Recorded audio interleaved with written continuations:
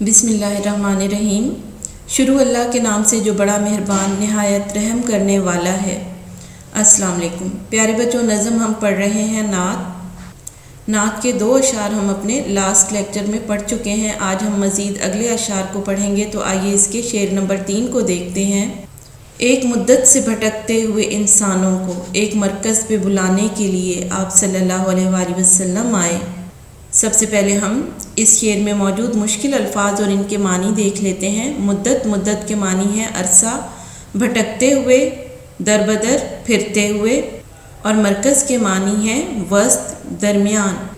پیارے بچوں، نعت کے اس شعر میں شاعر ساغر صدیقی آپ صلی اللہ علیہ وآلہ وسلم کی صفات کو بیان کرتے ہوئے کہتے ہیں کہ عرب کے لوگ صدیوں سے گمراہی کے اندھیروں میں بھٹک رہے تھے۔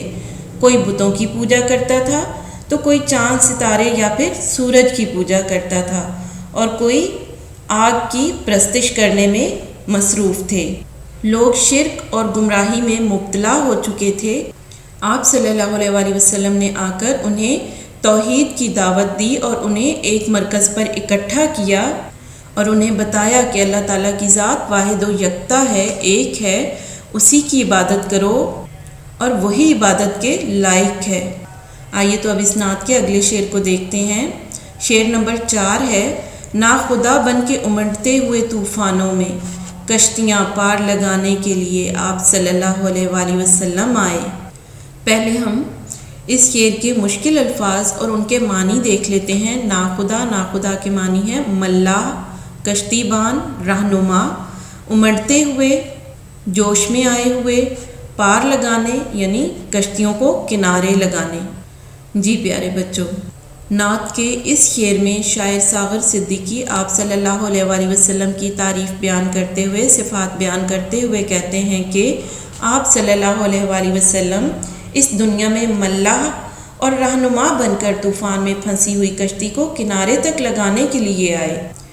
آپ صلی اللہ علیہ وآلہ وسلم کی آمد سے پہلے یہ کائنات، یہ دنیا جہالت کے اندھیروں میں ڈوبی ہوئی تھی اور چاروں طرف تاریکی ہی تاریکی تھی۔ لوگ کفر و شرک میں مبتلا ہو چکے تھے۔ ایسے حالات میں اللہ تعالیٰ نے آپ صلی اللہ علیہ وآلہ وسلم کو رحمت للعالمین بنا کر بھیجا، اور آپ صلی اللہ علیہ وآلہ وسلم کی آمد سے اس دنیا میں چھائے ہوئے گمراہی اور جہالت کے اندھیرے دور ہو گئے۔ آئیے تو اب اگلے شعر کو دیکھتے ہیں۔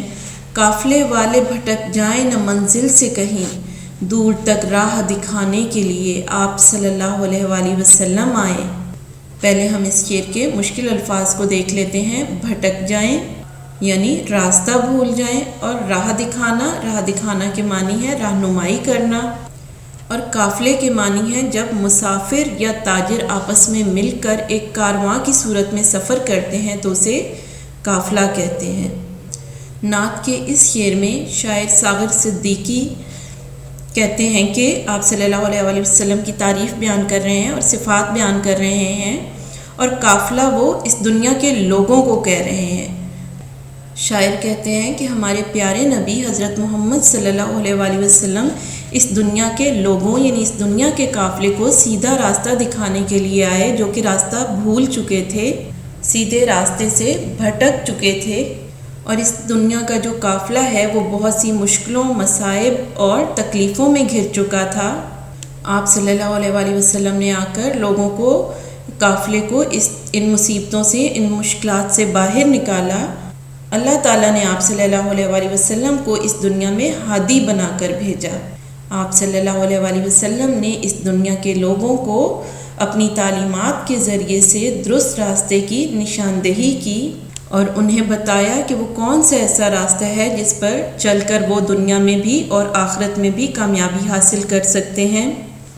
آئیے تو اب اگلے شعر کو دیکھتے ہیں۔